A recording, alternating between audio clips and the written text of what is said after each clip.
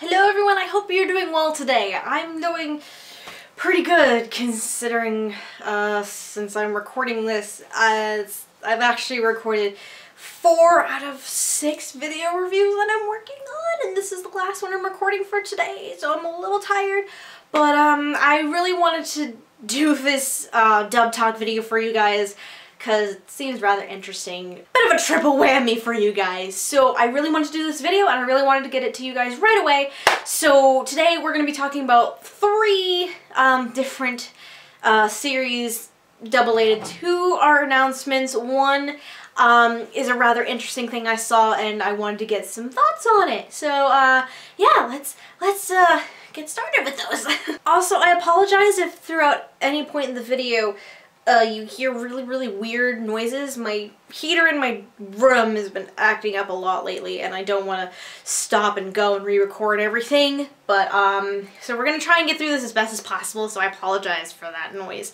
So the first out of 2 dub announcements that I'm talking about today is a series that I actually did not see before, but it's one that when I saw the announcement it was rather interesting to me, and some people asked me to talk about it and my thoughts about it, and that is for Super Sonico the animation. Suddenly Filmworks announced the title, the person playing Sonico, and it's actually rather interesting because, well, Super Sonico loves macaroons, and so do I! That's right. Apparently we're getting Jessica Nigri as Super Sonico, which is rather interesting on multiple levels. If you don't know who Jessica Nigri is, she's a well-known cosplayer. She cosplays a lot of different characters, including Magmoxie from Borderlands, and a few various anime ones, including Super Sonico. So this is really something cool and interesting. Now, she has done a little bit of voice work before for Ruby. However, I do not desire to see Ruby, so I don't know much else.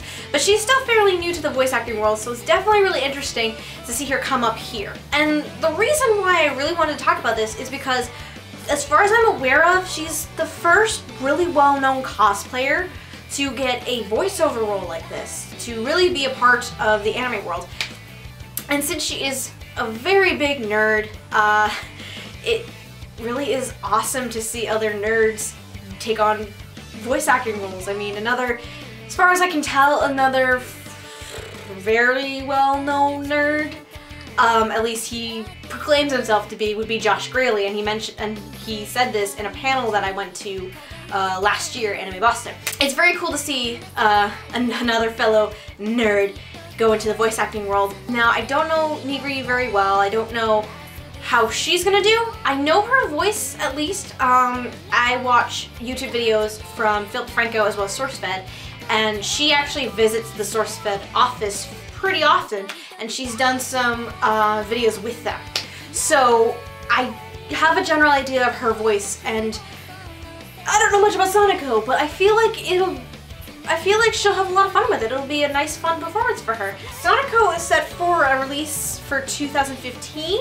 There's no specific date yet, but it is scheduled to come out this year, and I am actually looking forward to seeing Nigri's performance as Super Sonico.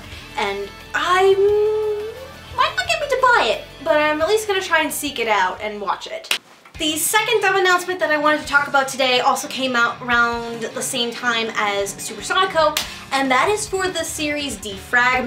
Now, I saw the series while it was airing last year. I thought it was really nice and rather fun, and it was a good way to start off my 2014. And I'm really happy that it is getting dubbed and is set for a home video release. So Funimation decided to do this 3-day announcement because I guess it got really popular compared to some of the other shows. I'm gonna just go through these 3 days as well as a couple other little things here and there and give you my thoughts on them. Now, honestly, I did not make any predictions because I did not see this coming so soon. So I'm just really gonna talk about the voice actors who are gonna be involved themselves. So day 1 gave us 2 announcements: Sakura Mizukami and Minami Osawa. Sakura is the pink-haired girl who's a water type, if I remember correctly. She carries water bottles around. And Minami, she is the former teacher and advisor for the game creation club, the provisional one anyway. And these two are rather interesting.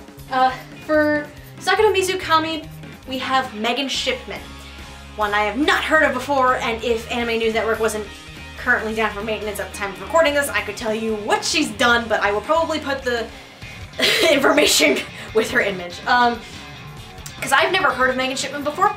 I think she's done more, she's done very few, I know that, but I think more comedic ones, and comedic ones I've never heard of. So I think that it'll be pretty interesting to see someone new, because there are actually a few fresh faces in here. As for Minami Osawa, we have Caitlin Glass popping in. Glass, if you do not know who she is Haruhi from Ouran High School Host Club. She was fairly recently announced, as Amikata for Free Eternal Summer, and she's also plays Petra from Attack on Titan, in case you need a couple of previous dub videos to remember her, even though I didn't talk about her in Attack on Titan. I think this will be fun for her. It'll definitely be different. It's been a while since I've seen her do comedy, and considering the character is rather small in stature and very quiet in tone a lot of the time, it'll be fun and different from what I've seen her do. So I think this is going to be a pretty fun fit for her, and it'll be fun to see what happens. Day 2, there was 2 more announcements for day 2. Takao and Chitose Kurosuyama. So Takao, if you remember who that character is, she is the president of the actual game creation club, and she has big boobs, and there's running gags about it all the time. And she's actually going to be played by Tia Ballard. Tia Ballard, she's one I have mixed feelings about. However, I do love that she's going to be a part of this show, and in this role specifically. Ballard, if you don't know who she is Nanami Momozune, freaking names. She's in Kame-sama Kiss, Nanami from Kame-sama Kiss, and she's also the small moe type girl for Devil as a part-timer. But she is also, if I have the correct name, Megumi from Shiki. Now, Shiki was my introduction to Ballard's work, and it wasn't my favorite of the dub.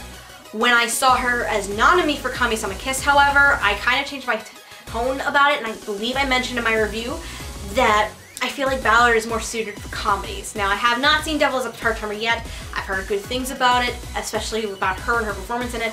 So I feel like comedies is the best route for her to go, and see her as Takao will definitely be fun and interesting with some of these running gags and these fun moments for her and her character. As for Chitose, the current student council president, and I believe she's the earth type, the ground earth type, in terms of weird game creation stuff. We have Whitney Rogers. Whitney Rogers is one I have not heard of as well.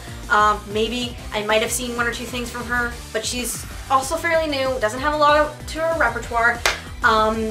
So it's, again, going to be nice and interesting to see someone new in this dub, and I think it'll be pretty fun and awesome. Because unfortunately, at the time of recording this, there has not been a trailer.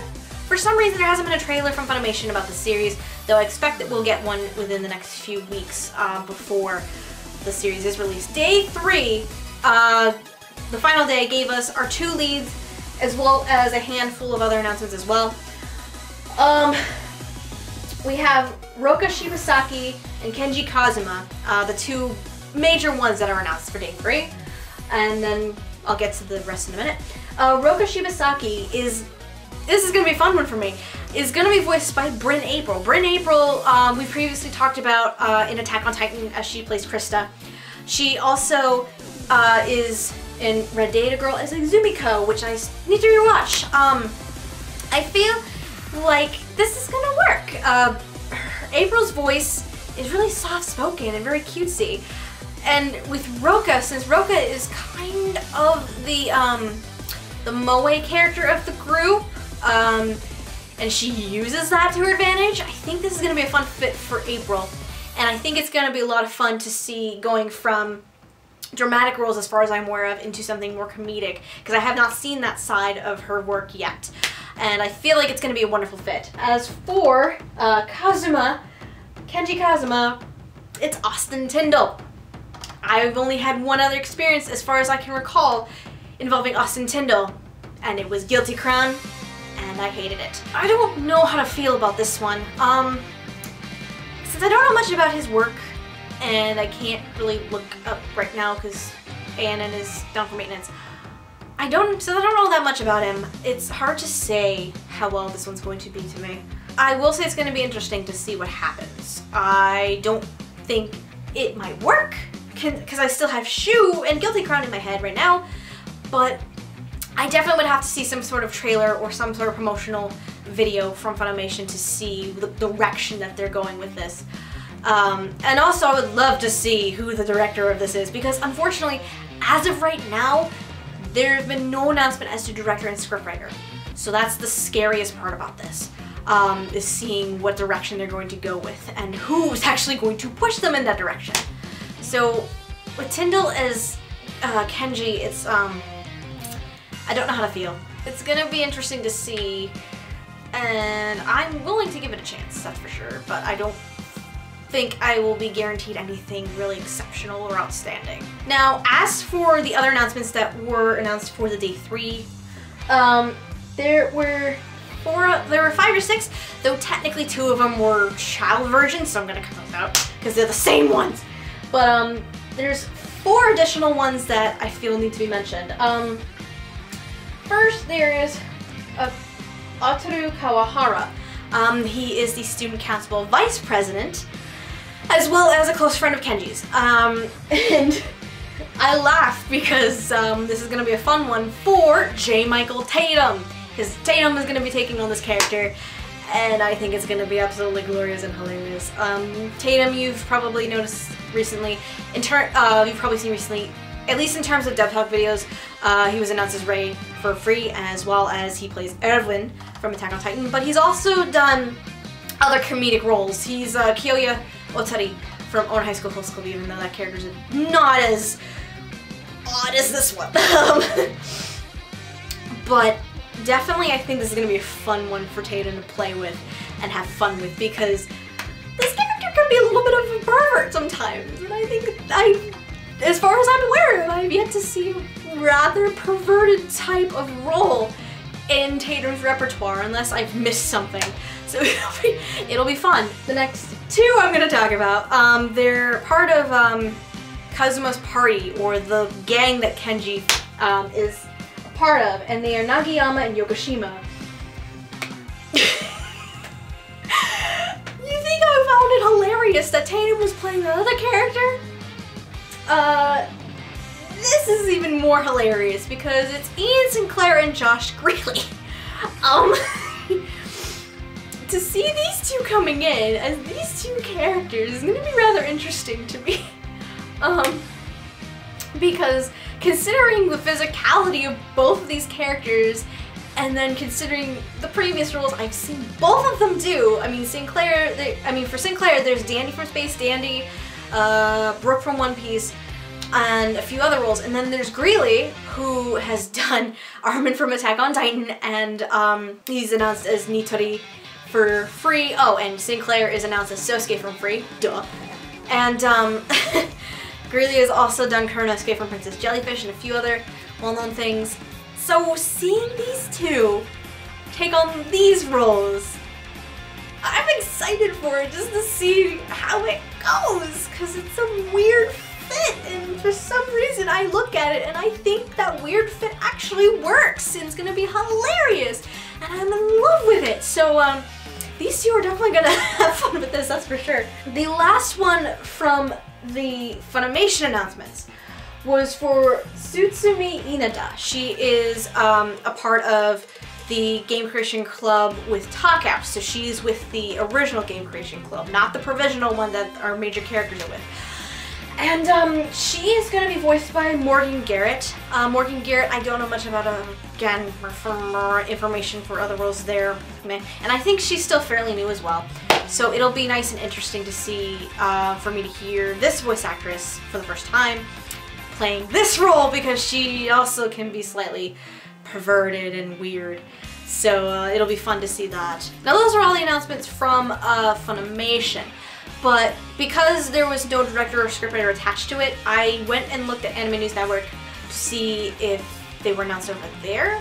However, I did spot something different, even though I didn't spot the director descriptor. I spotted 2 more voice actors in the mix, and it's gonna be interesting. The first is Hachi Shio. He comes in about halfway through the series, and he's a bit of an oddball because he has this weird obsession with Roka and her darkness bags. So it's gonna be interesting because the person who's voicing this character is Micah Solasad, and it makes me giggle so much because this dub is gonna be really weird and awesome. I can already tell for the most part. Solasad, you probably have already heard him. Soul from Soul Eater. A lot of things really.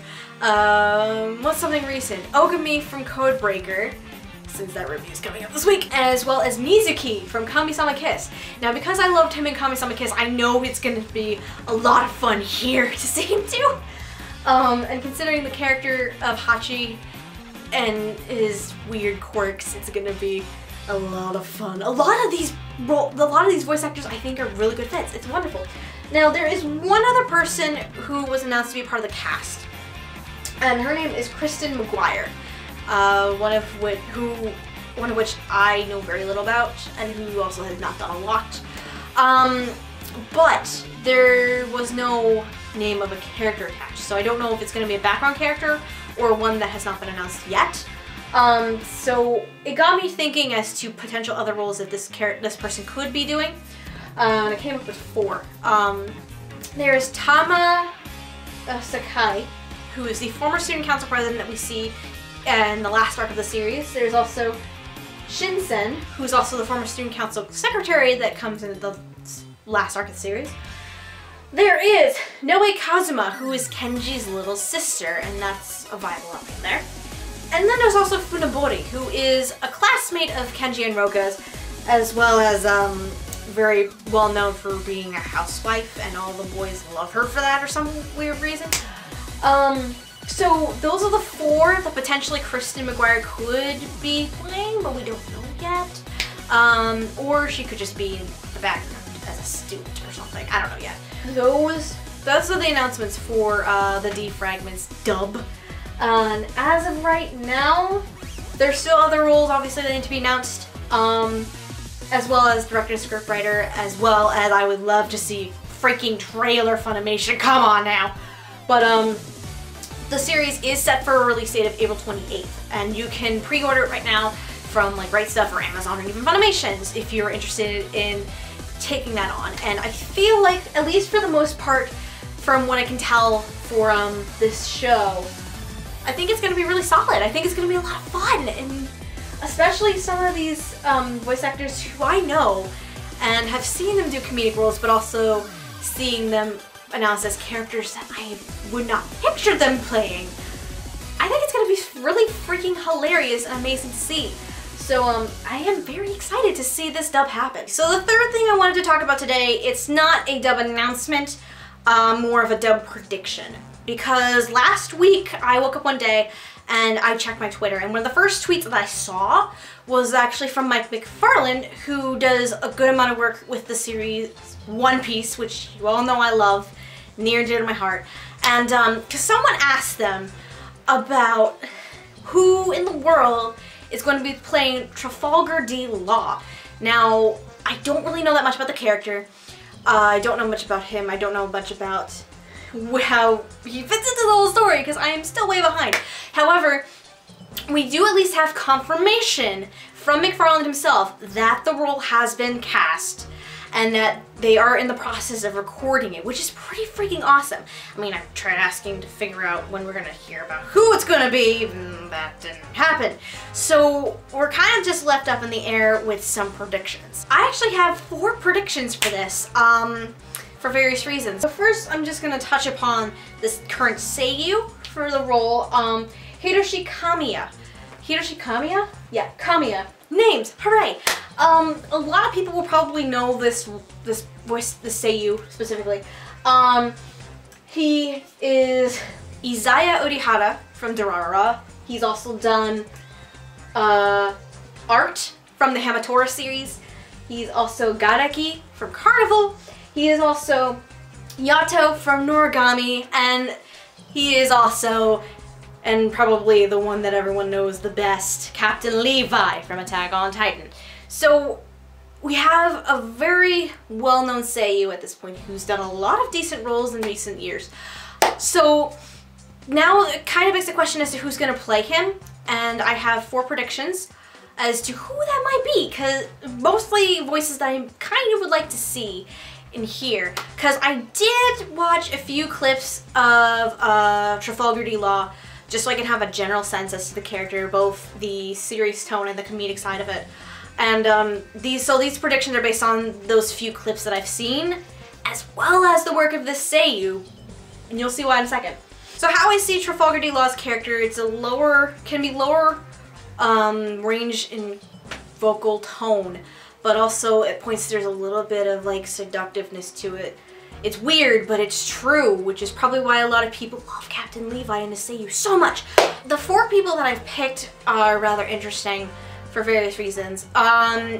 Because of the lower tone register of his voice, 2 of my predictions that I picked were Robert McCollum and David Wald. McCollum you've heard at this point. He's done Attack on Titan as well as Reina, but you more or less have known him even more as Kogami for Psycho-Pass. And then as for Wald, he's in Shiki. He's the doctor from Shiki, I cannot remember the name.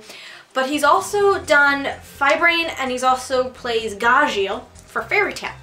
So both of these have the lower vocal quality that could fit for this role, which would make a good amount of sense. It would also be nice to see them jump into this One Piece franchise, especially McCollum, because as far as I know, he hasn't had a huge role in any of the big long-running shows that Funimation currently has, not One Piece, and I think, no, McCollum is Jalal from Fairy Tail. I stand corrected.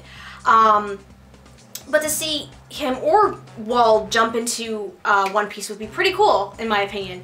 But I do have 2 other predictions, and they're kind of different, and one of them at least is a wild card.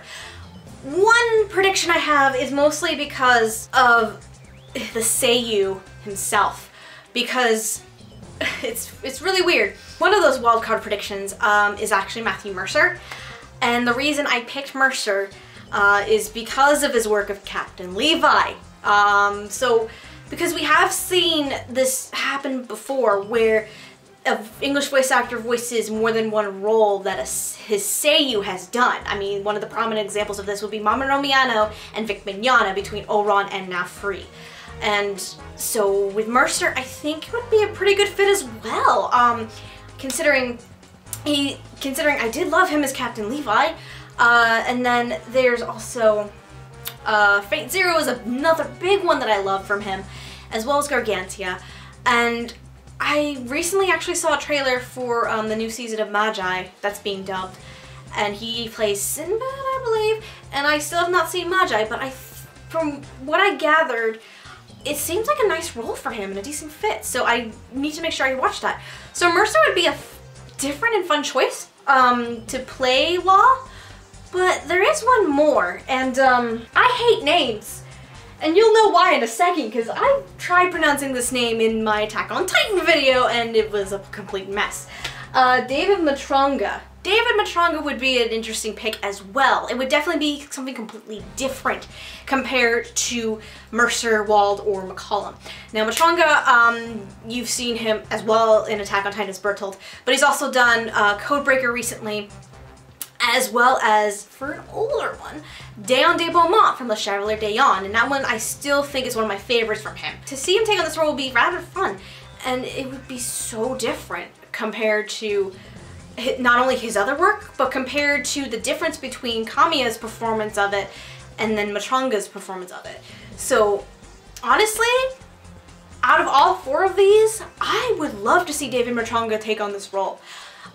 He would definitely be my first choice. McCollum would probably be my second, and then Mercer third, and then Wald last.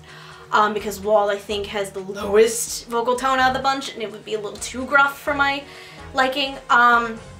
But yeah, these 4 are definitely interesting to me. And I think they would make some pretty good potential Trafalgar D laws, but I would love to know what you guys think of it and who you think is going to end up as Trafalgar D law for One Piece. Because as of now, there's not exactly information on when the next seasonal release for One Piece is. However, the most recent one that was released, seasonal, not collection, pegged the series around the 370s. And Law does come in right before the 400s. So it should be coming up really soon. So we should expect either an announcement or something else really soon as well. Guys, let me know what you think. Who is going to end up as Trafalgar D Law? Do you think any of these 4 guys could possibly end up as Law, or do you think it could be someone else? Just let me know in the comments. I'd love to hear what you think and why. That is it for this Dub Talk video for today. I hope you enjoyed watching. Again, let me know who you think is going to be One Piece's Trafalgar D Law in the comments below. And if you have any suggestions for any announcements or any shows that I should rewatch in the dub, let me know as well, and we'll see how it goes. I mean, I at least already know what the next Dub Talk video is going to be, and that might be up by next week if everything goes according to plan. But yeah, until next time, otaku on, my friends.